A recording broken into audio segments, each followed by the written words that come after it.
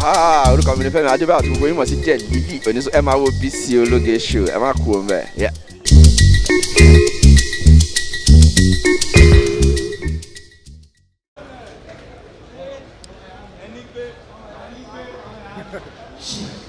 She want to. Good evening, everybody. She was good evening, everybody. She was one by everybody. Good evening. You meet one leg, but yeah, no, good evening. I like to share. Good evening. Ha, you got to good evening. You know, on the one. Good evening was again. What's it my girl wedding? I don't understand what's going on. Where those are? God bless everybody. Where those are? Your question. Apollo put a good name. Eshma, Elo Tayo, Elo Nilani, and then Elo Bishoke. Moment, your question. I didn't mention. The Catabara legit. Confirm on how good they want, bands, they want, parents, high school, like L. If they form, they have power on the again. Il est gardé.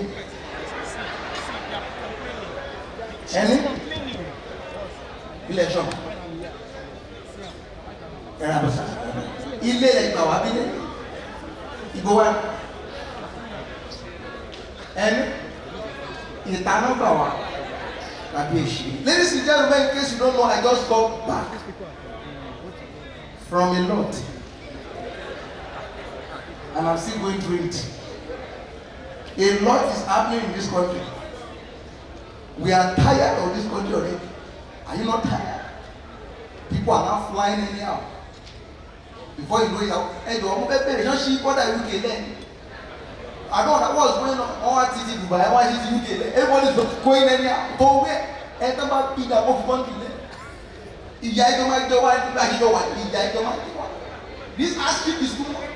Do you know that the way there's a level in which you will be broke, and mosquitoes will ignore you. And when farm of fear, they will everybody right there. And yet, a fear it's no idea. Ha! Ìyà ipò. Àwọn kò set ìyà ẹ̀fún wa. Kàbíyèsí Olódùmarè. Do you know that there's a level you'll be broke, ladies and gentlemen? You'll be checking your previous credit alert. Wow, what kí ni mo fi owó ìrà? Báwo mo ṣe ná ìnáwó mi ti pọ̀ jù. Because ìgbà tó kọ́ mi yẹn ń bọ̀ ẹ̀rú tẹ̀ ń bá ẹ ní. Kó má jẹ́ pé ìbàdàn bá ń kíra wa orí omi lẹ́jọ́ wá ń kíra wa. Akẹ́kọ̀ọ́ ẹ̀yẹ́kọ̀ọ́ kó wá ìnáwó olómi yẹn wá ń pín ní lọ báyìí. Ọ̀nà àjà ni ọmọ ẹja ẹ̀rọ ọmọ àwò ọ̀nà fẹsán yìí ní lọ. Ìgbà tó mi bá wọ́n yàwó níyàwó ọ̀nù yàrá ẹ̀ lọ́wọ́ máa mọ̀ pé wà láwà. Àdéhùn olú yìí lọ́wọ́. Is this the way we are going to be looking at this country? One said that other. God bless you. I don't know why I'm greeting you, maybe because you resemble my father. Because he had to get me down with please, if you know me very well, this is where I am before putting back.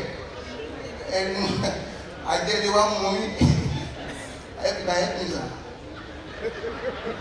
And how many children do you have? Can you adopt me, sir? You don't want to adopt me. You are not around. Any I come. Not tell me to get it. But only do about the way I call with the ball. Oh, yes, I'm going to love. I had to go. There's a level in which we trek. I've trekked for over 2 hours before inside hot sun. Ladies and gentlemen, for over 2 hours. And I was unable to find my shadow. My shadow went to hide under the shade. I started calling my name. Remote me. What? If you don't get that, 200 they can't walk out of the boss.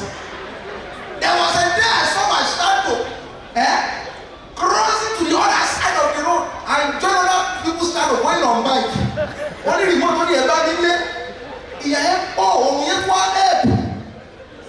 Ìyá yẹn jọ ìjàpẹ́ ọ̀tọ̀ ní kí àbá ìgbẹ́ yẹn ọ̀tọ̀ ní kí àbá ìgbẹ́ ìyá yá. Ọ̀tọ̀ ní kí àbá ìgbẹ́ yẹn hàn gbólóhùn òjẹ́ mọ́. Wọ́n ní mo ti gé gbogbo ètò. I suffer to the extent, ladies and gentlemen. Ṣé èmi náà wọ̀?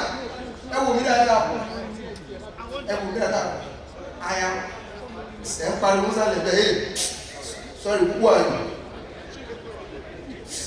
What job do you do? You are disturbing me.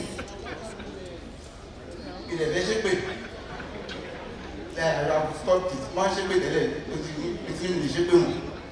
I have stopped it. Torí ti wá nínú bábọ̀ bó ṣe àpé máa rí fún nìyàn.